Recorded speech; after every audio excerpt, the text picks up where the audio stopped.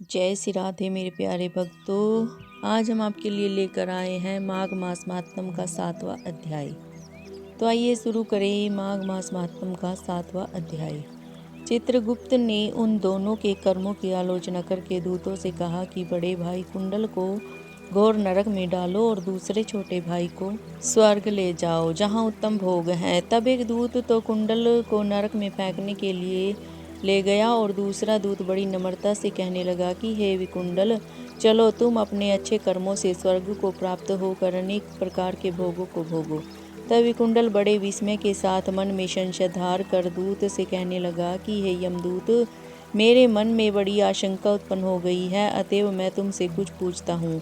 कृपा करके मेरे प्रश्नों का उत्तर दो। हम दोनों भाई एक ही कुल में उत्पन्न हुए हैं, एक जैसे ही कर्म करते रहे। दोनों भाइयों ने भी कोई शुभ कार्य नहीं किया, फिर एक को नरक क्यों प्राप्त हुआ?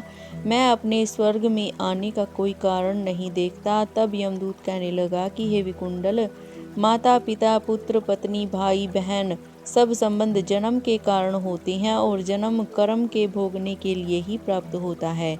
जिस प्रकार वृक्ष पर अनेक पक्षियों का आगमन होता है, उस तरह इस संसार में पुत्र भाई माता पिता का भी संगम होता है।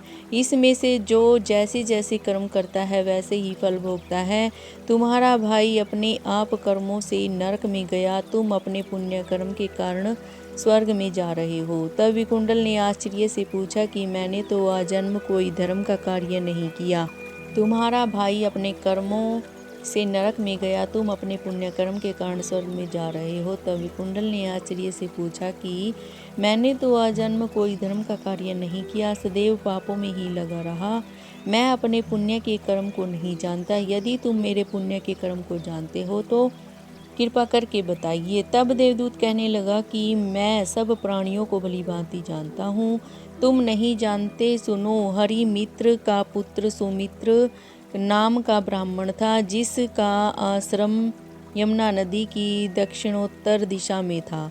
उससे जंगल में ही तुम्हारी मित्रता हो गई और उसके साथ तुमने 2 बार माघ मास में श्री यमुना जी में स्नान किया था।